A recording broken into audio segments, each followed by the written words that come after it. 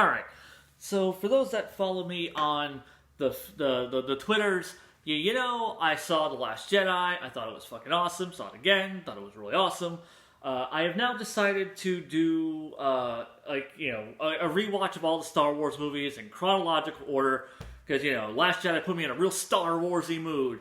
So I'm going through and kind of reevaluating all the movies, and then I'm just going to kind of give my opinion on what I think of them now after all this time. And like I said, going in chronological order, so I'm starting with the prequel trilogy. And I was going to give each one its own video when I realized I don't really have a whole lot to say about the prequel trilogy.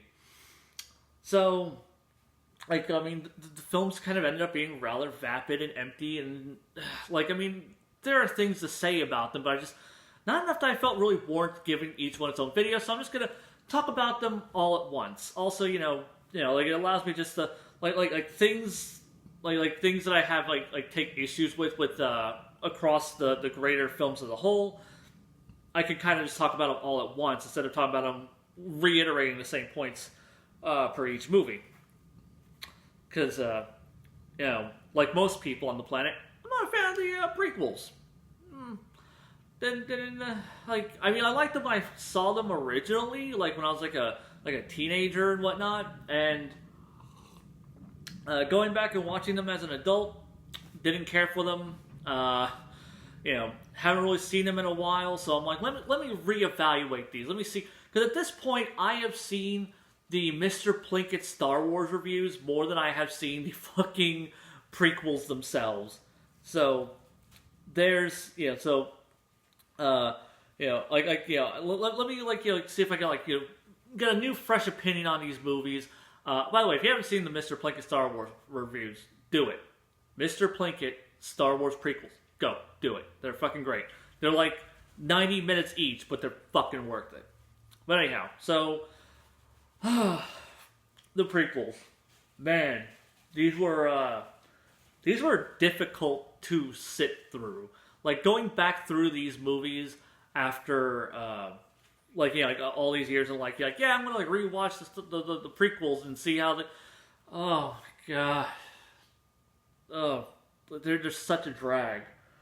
But okay, so the first thing I really want to bring up is the villains, or really the lack of a central villain throughout the movies.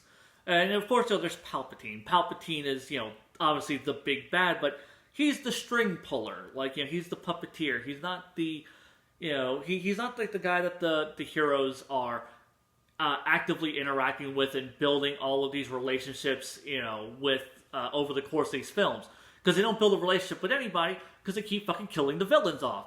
We get Darth Maul in episode 1. It's like, oh man, what that guy's gonna do? Oh, he's gonna die in the last act. Okay, well that's what he did. And then we get Count Dooku. It's like, oh, I wonder what he's gonna do. Well, he's gonna run away. Oh, okay. Well, I wonder what he's gonna do in the next movie. Oh, he's gonna just die in the first act. Well, shit. Okay. Well, we have General Grievous. I mean, it's already the third film in the series. Who even gives a shit at this point? It's not like you're gonna do anything with him. Oh, that's right. You didn't do anything with him.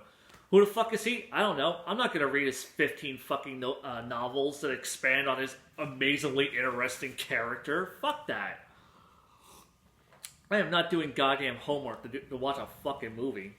So yeah, the films really lack a central antagonist, and like I said, Palpatine is there, but he's in the background. He's the string puller. He's not the one that's really getting actively involved with our heroes, so we don't have a good hero-villain dynamic going on. So that's... God, I don't know why the fuck they just kept killing off the goddamn villains the way they did. I mean, especially... Because, you didn't need to kill off Maul. You could have just kept Maul and had him carry over into 2, and then kill him off in 3, the first act of 3, and then, Anakin is, going to be his successor. That I feel would have worked a lot better. But no, whatever. I'm sure other people have said that. Let's see. The utilization of the original trilogy characters, some of them, Obi-Wan is fine, Yoda's fine. Yoda's fucking boring and kind of dumb in this, but whatever. But then you have characters that I'm like, why are you here? like C-3PO, R2-D2, and Chewbacca specifically, because they don't really add a whole lot to the narrative. Really, they don't add anything to the narrative. It's just, oh, this is C-3PO. He was built by Anakin Skywalker. What relevance does he have to the story? Well, he doesn't. He'll be relevant in the other trilogy, but he's just kind of here. Whatever. R2-D2, he's a droid owned by Padme Amidala, and it's just, yeah, like, isn't it kind of stupid that, like, Luke's droids that he ends up inheriting later on were owned by both his mother and father independently? Like, one was created by his father. It's dumb. It's fucking dumb. And then you have, like, Chewbacca, who's, like, this fucking Kashyyyk war hero during the fucking Clone Wars. It's like, why? Why does he know Yoda? Like, what does that add to the narrative? That is just so weird that he would, meet Yoda, be like this fucking war hero, like, be friends with Yoda. Yoda's even like, oh, Chewbacca, miss you, I will. My friend. And I'm like, what? And it's like, why? Why feel the need to make that connection? I mean, I'm fine with him, like, being on Kashyyyk fighting the good fight, but, like, why does he have to be, like, some sort of, like, someone who's important enough that Yoda knows him? Like, why can't he just be a random Wookiee on this planet? So, didn't really care for that. Just like I said, like, because it makes the universe feel small. Like, the whole thing about Star Wars, like, oh, it's this big, sprawling, epic fantasy, sci-fi adventure, spanning planets and all this other shit, and it's just... But then it's all about, like, this handful of characters. And they're the only ones that just kind of keep showing up. It's dumb. Like, it makes the universe feel small. Like, everyone's fucking complaining about, like, The Last Jedi. It's like, how it's disrespecting Star Wars and throwing away all the old shit. It's like, yeah, no, throw away the old shit, because I'm sick and tired of seeing the old shit now. The old shit keeps been fucking recycled. Like everything's been about, like these 6 fucking characters and their whole fucking lineage.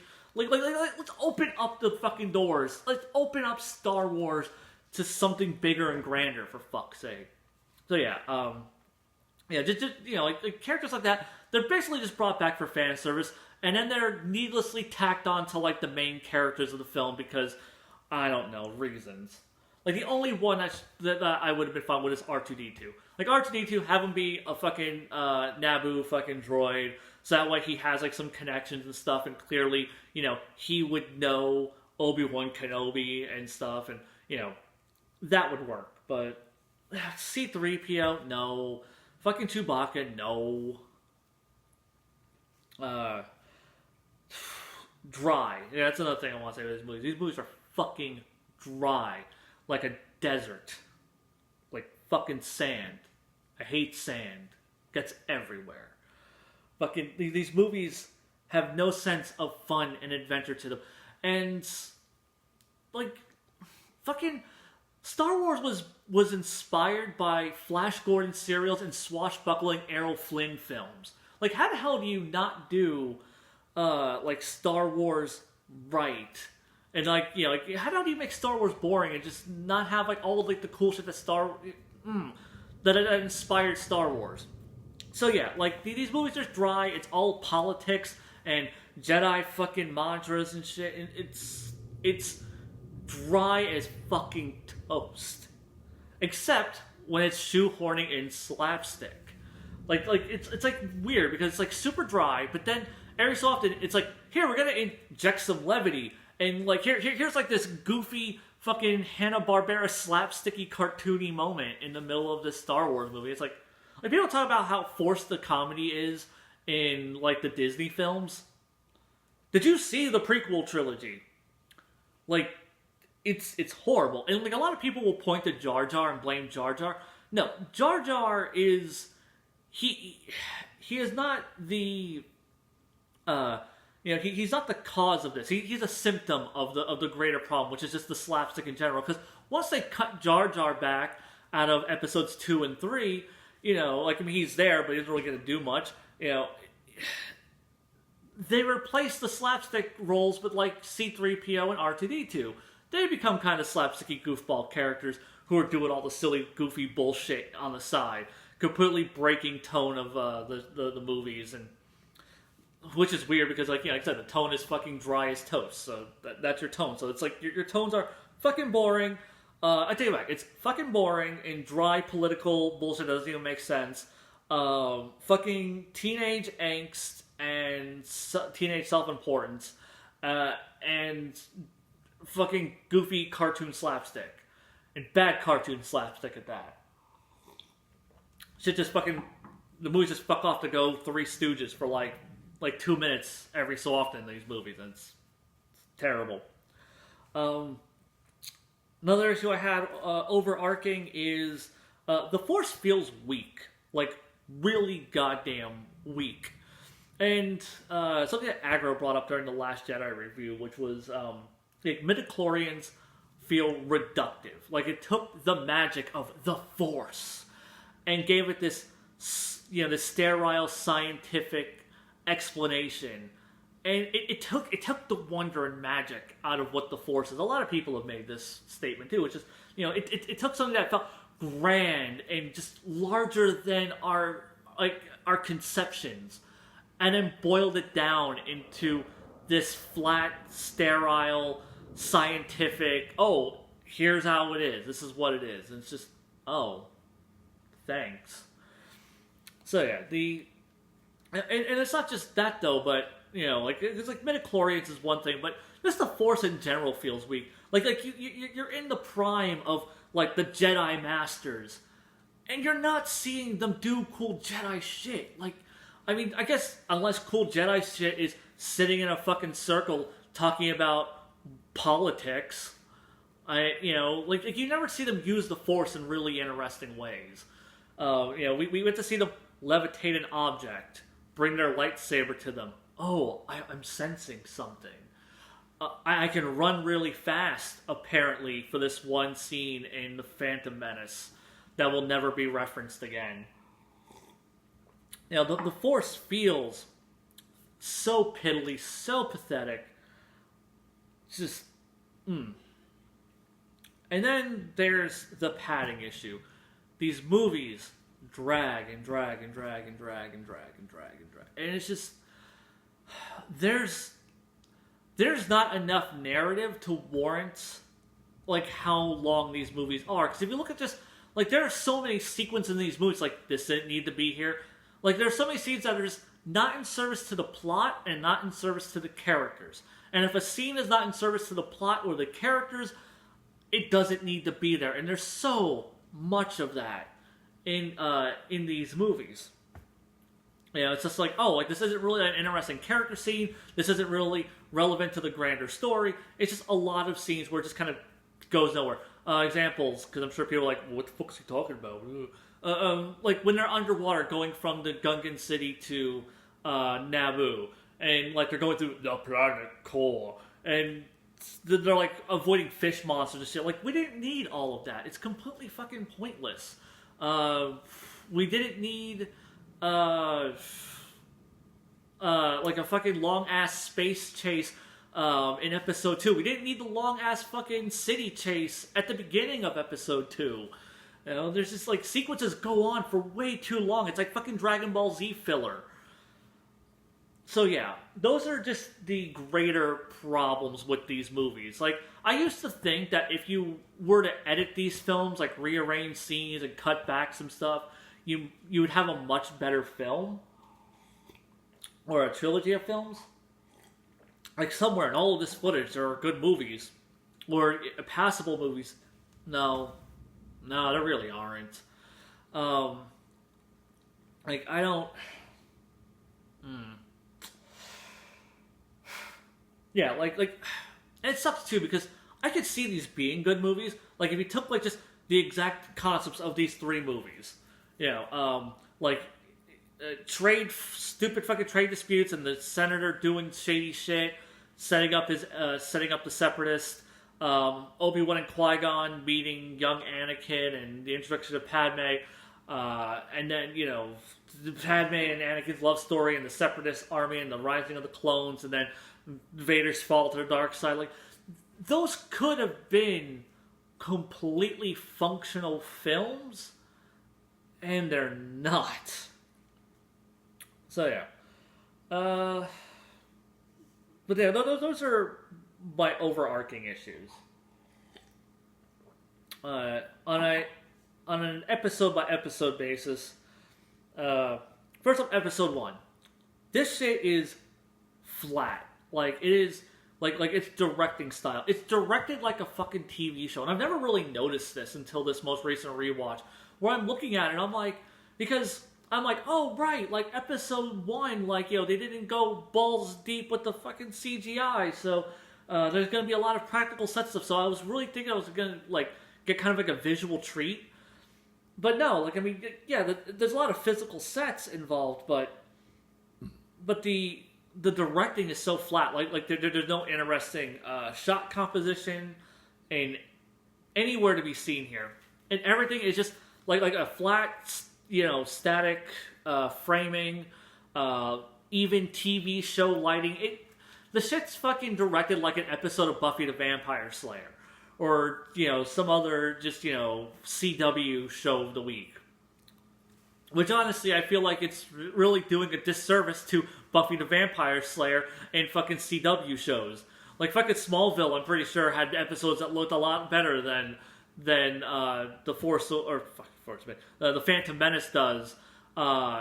Just shot composition wise, just the way it is directed. It is such a flat looking movie, and I'm like, God damn it, George Lucas, did you just forget how to did you lose your cinematic eye?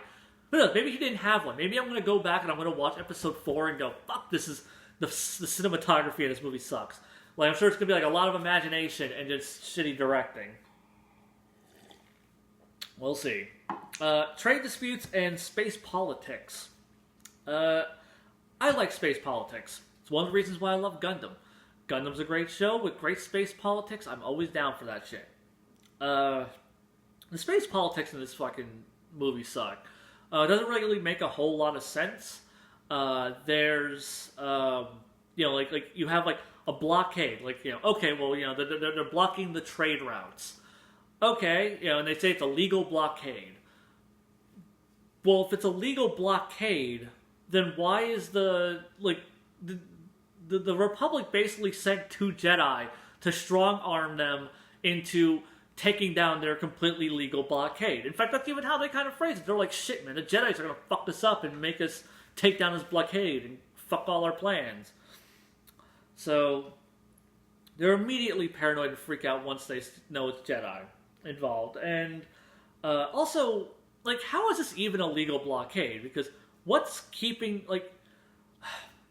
Cause how do you block off trade routes to an entire planet? Like, can't you just go over the thing unless you're completely encompassing the planet? Which at that point, I mean, you're literally keeping people from entering a planet and leaving a planet. Which there has to be some laws against it. Like, like if someone were to try to leave the planet, like how would they even stop them? Would they shoot them down? Because I'm pretty sure that's like some sort of act of war. So, yeah, the politics here don't make any fucking sense. Like I'm sure like a trade dispute thing would work like on a planetary level where like, oh well, like this part of this planet is blocking out trade routes to this other part of the planet, and that would be workable, but not when it's like you're dealing with space and stuff, and like also like they're not even like the Naboo, like there's some fucking third party that's just going, yeah, no, we're just blocking you guys off, suck a dick. And they don't even give you context for why the blockade was put up in the first place. Or if they did, maybe I just missed it. But, or watch, it's in a fucking novel, right? The pacing, it's all over the place. This movie has junky, weird pacing. Because it's really not even like necessarily the pacing. Let me take that back. It's not the pacing. It's got weird structure. Because it doesn't have structure. It's a series of scenes that just kind of loosely connect. Like one thing leads into the next, and it's just they go here, then they go here, then they go here, then they go here, then they go here, and that's the movie. It's really hard to describe. Like it's like if you're watching the movie, you'll just kind of notice how like, wait, why are we like in the Gungan city? I mean, I know they need to get away, but like the whole thing with the Gungan city feels tacked on. Like it felt unnecessary to begin with. So yeah. let's see. Oh, hey, good things I wanted to talk about in this movie because there are cool ideas. Cool ideas, a lot of imagination. I really, I appreciate what George Lucas was trying to do here.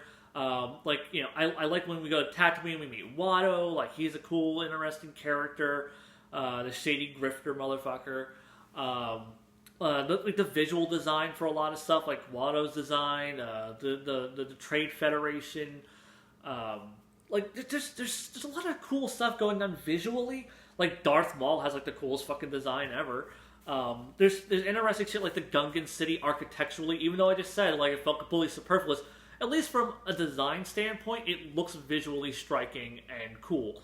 The pod race scene. It's fun. It goes on for way too fucking long, to the point where it gets boring, because once again, there's that padding, there's that filler, there's that shit just doesn't know when to fucking end.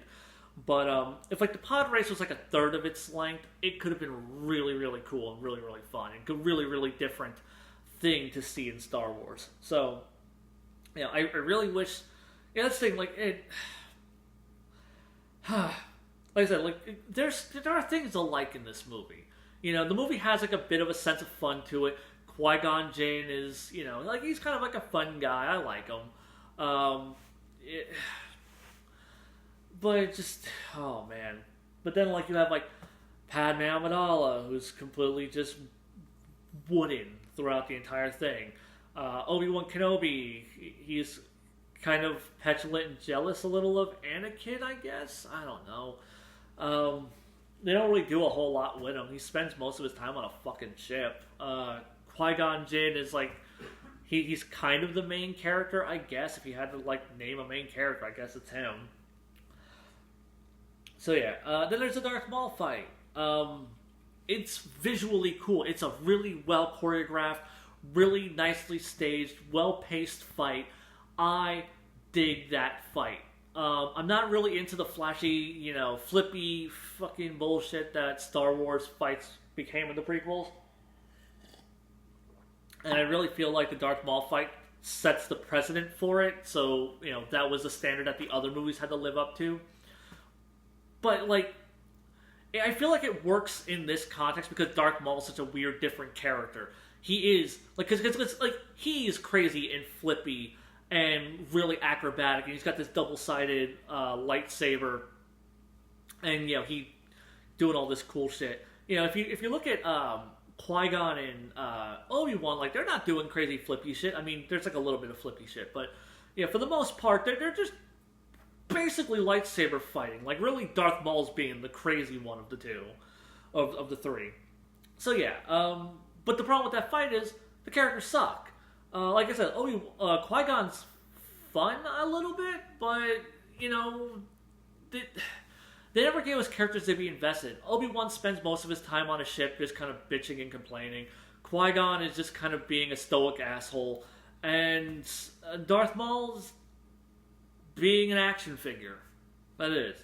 So yeah, I mean, the fight basically is the equivalent of a bunch of kids just their action figures together and going, I'm Darth Maul, I'm gonna fight you guys. Oh, except there's not even that much because Darth Maul doesn't fucking speak. So yeah, yeah, that's episode 1. You know, I think it's better than what people give it credit for, but it's not good. Episode 2. My first note is just all caps. Boring. Movie's boring. Jack shit really happens in it. Just long stretches of nothing fucking happening. Because, like, the entire film, like, the entire plot of this film is, fucking Obi-Wan goes to Kamino, investigating some shit, finds out there's a clone army, the Republic now has a clone army, and Padme and Anakin fall in love. And this is stretched over a 2-hour span. So there's a lot of fluff and padding in this movie. Let's see. First thing I want to talk about, ugly CGI everywhere. CGI, like, because they started going with, like, the all CGI set backdrops, and it looks fake. It looks it looks like a bunch of fucking people who are superimposed into a pre-rendered PS1 fucking background. Like, it's bad. Like they stand out. It's awkward. Like, their environments look so artificial. Like, that's like the one thing I can at least say about the Phantom Menace is that it still used practical sets, so things looked physical. Like, you looked at it and you go, yeah, that looks like a worn-in table, and that looks like, like this looks like an actual environment, as opposed to what we got in this movie. And by association, the next one as well, because the next one does a lot of CGI backdrop stuff. The opening scene, I already bitched about it a moment ago, but it is so stupid. It makes no fucking sense. You have this assassin who's gonna fucking kill Amidala, and she gets this little droid. The droid doesn't, like, shoot her or pump gas into her or fucking set her room on fire, anything. No, it drops in two little worms. It's gonna, like, inconspicuously, like, they're gonna kill her with the worm. And then, like, the droid, like, goes to, like, leave, and Obi-Wan jumps out a fucking window?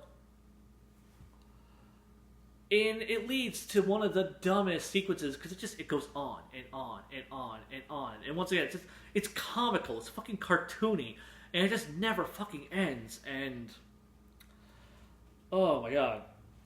There's no sense of tension. There's no sense of any dramatic element to it. Then there's, like, weird tacked on shit like, oh, the assassin is a shapeshifter. But then her being a shapeshifter never comes into play. Like, it's just, she is a shapeshifter. Like, there's no narrative purpose for her to be one. I mean, other than the fact that she's an assassin, that's a handy ability. But she doesn't, like, shapeshift into anything. She just... it's dumb. So... let's see. Alright. The love story.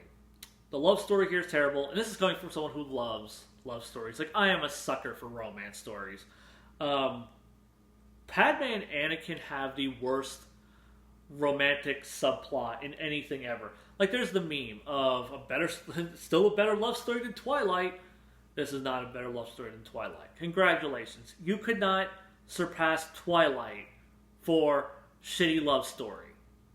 Congrats. Like, you couldn't even live up to the standards of fucking Twilight.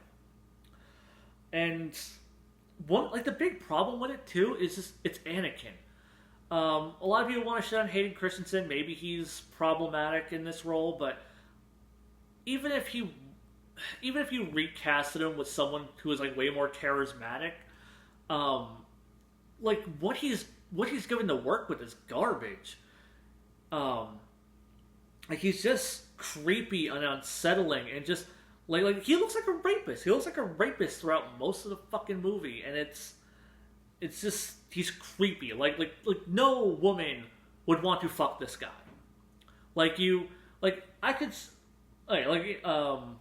Another like Jesus character in a show, Kirito. I fucking hate Sword Art Online. I at least understand why people want to fuck Kirito. He's the coolest guy with, like, the coolest sword, who does the coolest shit, and he saves all the girls, and all the girls want to fuck him in return. I get that. As shallow and fucking demeaning as it is, I get that. Fucking Anakin, he's just this creepy, possessive weirdo. And, like, I don't understand, like, when Amidala actually starts falling for him. They have a couple of cute scenes together when they're not actually exchanging dialogue, but, like, Anakin spent so much time being a fucking creep up to that whenever, and even after that, where it's like, you're burning my very soul. It's just like, dude, you guys have been hanging out for, like, a weekend. Chill. And then, like, right after that, like, whenever she thinks they're gonna die, it's like, Anakin, I love you too. I'm like, where the fuck did this come from? So, yeah, it's bad. It's really bad. Just, honestly, I don't know why they didn't flip their roles. Like, have Padme be the one that's just, like, after Anakin's dick, like, Anakin saves her, like, and maybe she's just like, oh, like, Anakin's become a young, strapping Jedi, and, she's got that thirst, like the senator job, she doesn't get to meet a lot of dudes, maybe she just needs a good old-fashioned deep dicking, anything. But no, like they make Anakin, like maybe Anakin could have been the one that's just like, oh, I'm sorry, Jedi's can't do this. Oh man, I'm really horny right now. Jedi's can't do this, and then he just gives in, and then he can set up his path to the dark side, Which, by the way, he's a complete fucking asshole. He's a fucking it's really hard to believe. Like, a lot of people made this criticism, like his fall to the dark side doesn't feel genuine because, from what we see in episodes 2 and 3, he was a murdering asshole before. But now he's a murdering asshole who serves the dark side of the Force. Like, he hasn't really changed as a fucking character, except now he doesn't whine as much because he's an asthmatic robot man. Oh, wow. My next note was just like Anakin and Padme should have swapped. Yeah, which is the whole thing I just brought up. Obi-Wan's fucking story, and it sucks, but the clones, it's just like, okay, so he goes to Kamino. Then it's like, oh, we have a clone army, and then they don't investigate this. Like, it literally is just like, oh, well, it says Master Sifo-Dyas, had them made, but didn't I could have sworn he had died before this. Nobody took the time to fucking to investigate this. I mean, obviously it's Palpatine. They said like Lord Tyrannus. Like a man named Tyrannus hired Jango Fett for the DNA and stuff. So it's like, okay, well, Count Dooku. Well, Count Dooku's a fucking bad guy. Like, he fucking left for the Separatists. So then why aren't you investigating this? Why aren't you considering the clones to be kind of a weird, shady thing? Like, why would Master Sifo-Dyas do his clone army behind your back? Like, nobody fucking investigated. This is so stupid. So fucking dumb. And then just the finale sucks. Shitty fucking lightsaber duel between Anakin and Obi-Wan and Count Dooku. It's a lot of that just, flailing lightsaber shit going on that we see in the prequels. And then it leads to the dumbest thing that so many people think is the coolest thing, which is Yoda lightsaber dueling. I'll admit, when I was a teenager, I'm like, dude, Yoda's fucking wielding a lightsaber, it's dope as shit. As an adult, I'm like, God, this doesn't make sense within his character. Like, why is he looks ridiculous, he looks dumb. Like, why is he lightsaber dueling? Like, I feel, Yoda feels like this old, wise master. Like, he's so in tune with the Force that lightsabers are beyond him. Like, he doesn't need lightsabers. He's this amazing Force master. But in these movies, the Force feels like limp dick garbage. So, I guess now he has to lightsaber duel because kids want fucking lightsaber fights. And then he can fucking put him in Soul Calibur 4. The shittiest Soul Calibur. So yeah, God, Episode 2 is just one of the worst movies I've ever seen. It's so boring. Like sitting through these movies at some points was just exhausting and painful. And then we get to Episode 3. And the first note I have is, the opening is kind of fun. I say kind of fun because it goes on for way too long. Once again, it's that problem where it's just, the space battle goes on, and it's not like go back and if you've seen The Last Jedi, you've seen like the opening scene with Poe Dameron and his thing where he, that opening starship fight was one that felt like it had a lot of weight to it, and I understood the stakes, I understood the spacing and everything that was going on, the tension that was mounting within it. When Poe was doing cool strategic things. Here, it's just a bunch of fucking ships. Just, and there's a lot of new designs too. So I don't even know at the beginning, wait, whose ships is who's on what's. Okay. So yeah, it goes on too long. It could have been.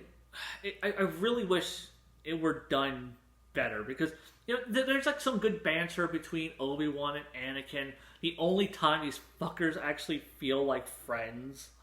But yeah. Let's see. Then we have General Grievous. Like I said earlier, who the fuck is General Grievous? Some asthmatic robot lizard man with 4 fucking arms.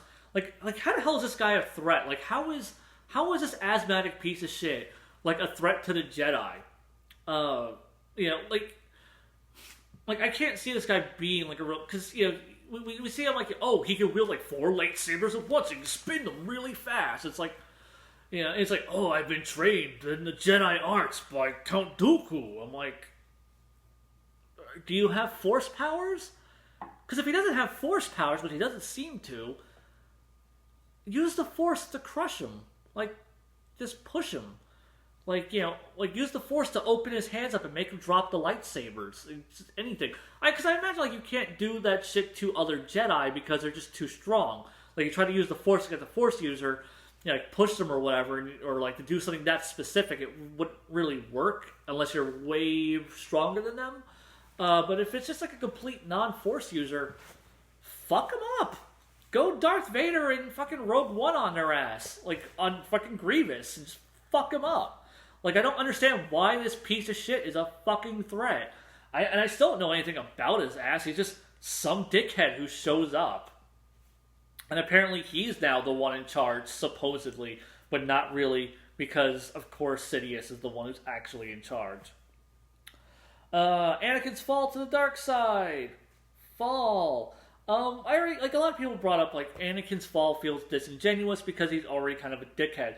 Honestly, I want to say, like, his fall to the dark side is jarring as shit. Because, like, he's literally just, you know, you kind of see, like he's kind of on the fence. He doesn't really, you know, he wants to protect Padme, but he also wants to be loyal to the Jedi, and, you know, he wants to do what's right for everyone, and, like, you know, this guy is a Sith, and he's the bad guy, and oh my god. But then, like, you know, he aids in killing Mace Windu and does a complete heel turn. He's just, yes, my master, I will go slaughter a bunch of children in the name of my master, Darth Sidious, who you are, and I am now Darth Vader. What the fuck? Like, that comes out of nowhere, and it's so abrupt, and it's such a bizarre heel turn for Anakin. Because it doesn't even feel right. Even though he's a complete fucking murderous dickhead, like, he still wants to do good. He still wants to be a good person. He just kind of sucks at it. He's kind of, like I said, a petulant asshole. And he's got fucking anger issues. But he wants to do good. So his complete abrupt switch to the dark side is like, from my point of view, the Jedi are evil. Because Mace Windu was going to kill a guy who was responsible for killing shit tons of other people. Really, I just wanted my wife to be alive so I could fuck her more. Fuck him. Oh my god. Like, even with the context of him losing his mother, his fucking heel turn doesn't make sense. It is just so abrupt. And I don't ever hear anyone bring that up. Because usually it's the other way around. People are like, oh, like, his fall wasn't even, like, really a fall because he was just always kind of evil. No, like if you watch this movie, it's like, he's misguided, but he has good intentions. So when he makes his heel turn, it's so abrupt and jarring. Like, because I didn't remember it being like that. And going back and rewatching, I'm like, whoa, okay, that's... And, General Grievous versus Obi-Wan, that fight goes on for fucking ever, over various locales, and there's no tension, and it's terrible. The entire Obi-Wan fight versus Grievous is fucking terrible. Like, I already went into, like, why I feel like Grievous shouldn't even be a threat. So it's just, and the mere fact that it goes on for so long, and he's so fucking hard to kill. And he, like, you know, Obi-Wan has to rely on something so uncivilized as a blaster. Oh, it's a cute throwback. The final battle goes on for fucking ever. So many people are like, dude, that fucking lightsaber battle's dope as shit. How can you not like Revenge of the Sith? I'm like, it goes on forever. There are good moments in that fight. Like, specifically, like, when they're inside the hallway and they're, like, slashing up the walls and shit, and it's just, you really feel like a good intensity in that fight. But then there are so many moments where it's just like, they're just clashing swords and walking around and, like, oh, now they're doing a flip on a thing and they're bouncing on it. And I feel like, you know, this fight is probably the most, influenced by, like, the Errol Flynn films that I was talking about, like those swashbuckling adventures, swinging on ropes and like things falling while you're standing on them and trying to, and then balancing on a thing and having this cool fucking battle and shit. Like, that feels like I said, like swashbuckling Errol Flynn fucking material. But, you know, the problem. Okay. like the problem with this is that like this is the final battle. So it's like it's super dark and super gritty and super edgy, and it just it doesn't match the style. There we go. It doesn't like having like the big fun swashbuckling set pieces clashes with the really dark overtones of this fight. How it's just like this really personal grudge match. It's supposed to be like this tragic fall of two friends, but then you have like this, which should have been a fun, lighthearted, swashbuckling adventure battle. So yeah, these two things just clash. It's weird. Don't like it. Like I said, it goes on forever. There's a few good moments here and there where I'm like, oh, I feel like the intensity of these two guys fighting, but then it's immediately like dissolved within like seconds when they start doing stupid flippy shit, and like it doesn't feel like a battle anymore, like an actual fight for survival.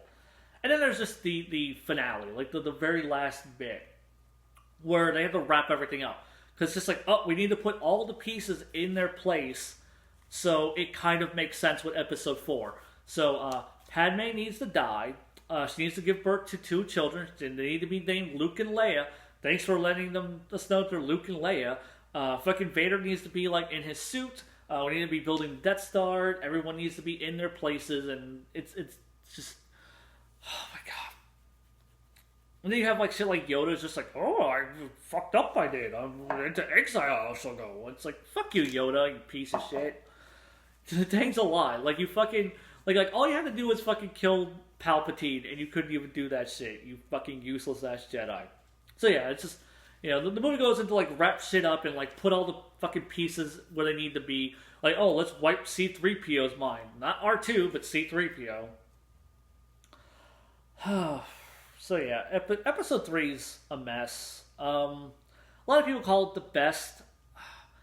I would say it's more on par with the Phantom Menace. And I'm going to say I like the Phantom Menace more than Revenge of the Sith. Because the Revenge of the Sith, it's probably structured a little bit better, but it's still boring as fuck most of the time. It's so angsty and so up its own ass. And at least with Phantom Menace, there was some semblance of fun there. And then, I also watched the Clone Wars. Not the CGI one, but the 2D animated one. And, oh man. This was a fucking blast. And by the way, for anyone who goes, the Genndy Tartakovsky Clone Wars special isn't canon, so you don't have to shut the fuck up, okay? I don't care. It's fucking cool. I wanted to watch it. Because I'm about to go into Rogue One, and I already don't like Rogue One. I saw that a year ago. I'm pretty sure my opinions aren't going to change that much about it. So I already know I'm not going to. Like, I don't want to watch 4 bad Star Wars movies in a row. So I needed a palate cleanser, and that palate cleanser for me was goddamn Clone Wars, the Genndy Tartakovsky animated specials. And this is the best prequel movie right here. If you put those 2 specials together, you have the best prequel movie. And I like a few different things. First off, Anakin and Obi-Wan actually feel like friends. You know, there's some banter going back and forth. Yeah, they still have like the student-master relationship, and they have to work with the Anakin that they're given, so he's still kind of like an angsty bitch a bit, but like they don't like crank up the whiny bitch knob. It's just, you know, there's just like these couple little offhand comments. You could tell like he isn't satisfied with his station amongst the Jedi Order. You know, like you get like a feeling that these guys do genuinely care for each other. Anakin respects Obi-Wan. Obi-Wan, you know, cares about Anakin and sees great things in his future. Yeah, there's good stuff there. Like their interactions are nice. The battles, like the lightsaber duels, have weight to them. Like watching Anakin and Asajj's ventures, it's still like the really fast paced duels that you start seeing in the prequels, but there's more intensity to them. Like it feels like more of a struggle, like more of a fight. And I feel like this did the lightsaber duels way better than any of the movies did. Like I said, I like the Darth Maul fight, but the Darth Maul fight feels really empty. The Anakin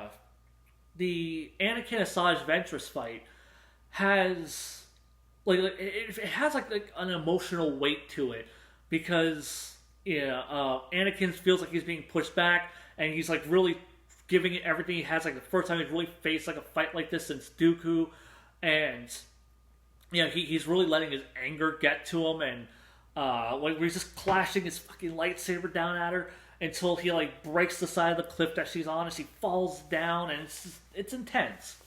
It's a really goddamn intense fight. The war feels like a war.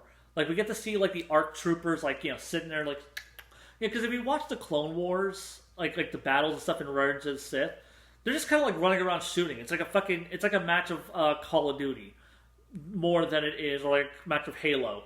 Is what it feels like more than a bunch of soldiers in a war fighting some sort of tactical battle. Here you actually get this tactical element. They're like, okay, like you guys, there's 4 here, you go there, you do this. The war feels like a war. You actually feel the scale of it. The battles have structure and meaning to them.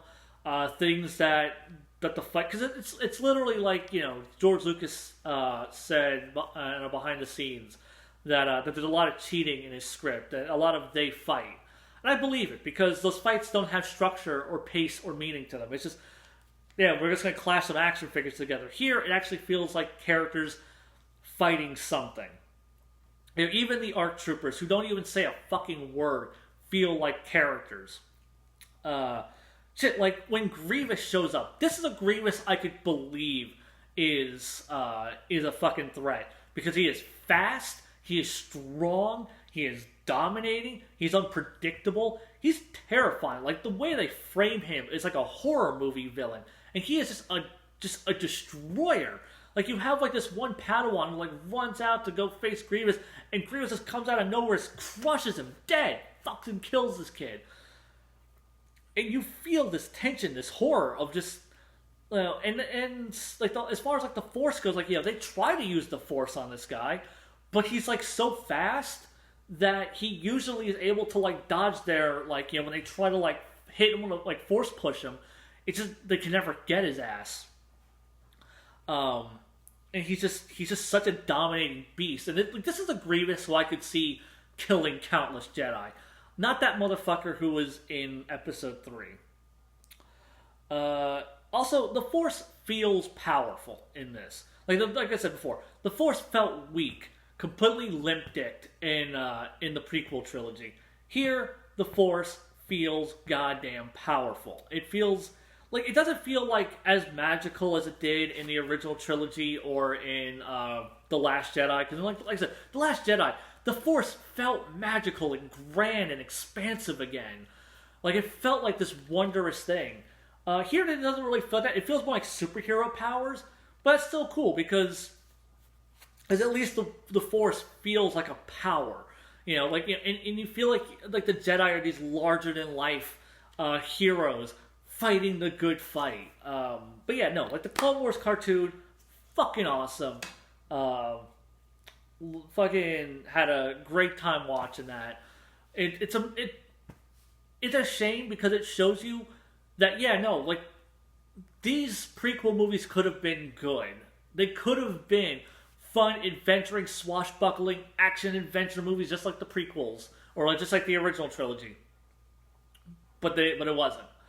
It got bogged down in boring lightsaber duels with no fucking there's choreography, but like no meaning or weight to them. Long fucking scenes where nothing really happens and that don't really add to the story. Yeah. I would say overall, listen, Phantom Menace probably my favorite of them. Not a high praise. So like Phantom Menace, right below that, Revenge of the Sith, I guess. Yeah, I'd say it's like right below it. And then way down at the fucking bottom is Attack of the Clones. So you got Attack of the Clones, Revenge of the Sith, and then right above that is the Phantom Menace. So there you go.